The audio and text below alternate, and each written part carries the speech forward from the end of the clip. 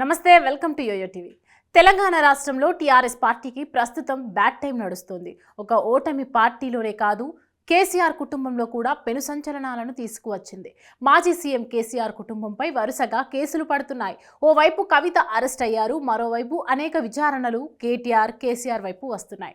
ఇలాంటి సమయంలో రిలాక్స్ అవుతున్నది ఎవరంటే హరీష్ రావు మాత్రమే. ఆయనపై ఇప్పటికే ఎలాంటి నిర్దిష్ట ఆరోపణలు రాలేదు, వస్తాయని కూడా అనుకోవడం లేదు. కేసీఆర్ కూతురు కల్వకుంట్ల కవితను ఢిల్లీ లిక్కర్ కేసులో ఈడీ అరెస్ట్ చేయడం బిగ్ షాక్ ఇవ్వగా, దాని నుంచి తేరుకోక ముందే భూ కబ్జా కేసులో కేసీఆర్ అన్న కుమారుడైన కల్వకుంట్ల కన్నారావును పోలీసులు అరెస్ట్ చేశారు. మాజీ ఎంపీ కేసీఆర్కు కొడుకు వరుసైన జోగినపల్లి సంతోష్ కుమార్ పై భూ కబ్జా కేసు నమోదైంది. మరోవైపు లిక్కర్ పాలసీ కేసులో కవిత భర్త అనిల్ను కూడా అరెస్ట్ చేసే అవకాశం ఉన్నదన్న చర్చ నడుస్తోంది. ఆయన ఆర్థిక లావాదేవీలపై అధికారులు ఆరా తీస్తున్నారు. ప్రభుత్వం చేయిస్తున్న అనేక విచారణలు కేటీఆర్, కేసీఆర్ వద్దకు చేరే అవకాశాలు కనిపిస్తున్నాయి. కాళేశ్వరం ప్రాజెక్టు అవినీతి అక్రమాలపై ఇప్పటికే విజిలెన్స్ విచారణతో పాటు రిటైర్డ్ జడ్జితో జ్యుడిషియల్ విచారణకు ప్రభుత్వం నిర్ణయించింది. అటు విద్యుత్తు కొనుగోలు ఒప్పందాలు, యాదాద్రి భద్రాద్రి థర్మల్ పవర్ ప్లాంట్ల నిర్మాణాల వివాదాలపై కూడా విచారణకు రాష్ట్ర ప్రభుత్వం ఆదేశించింది.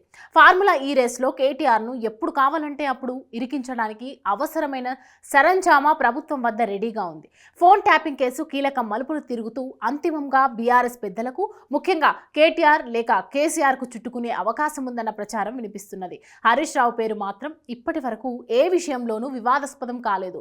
ఆయన అక్రమాలకు పాల్పడ్డారని కాంగ్రెస్ ప్రభుత్వం కూడా చెప్పడం లేదు. దీంతో హరీష్ సేఫ్ జోన్ లో ఉన్నారని బీఆర్ఎస్ లో కూడా సెటైర్లు వినిపిస్తున్నాయి. మరి నిజంగానే హరీష్ రావు సేఫ్ జోన్ లో ఉన్నారా లేదా అనేది తెలియాలంటే కొద్ది రోజులు ఆగాల్సిందే.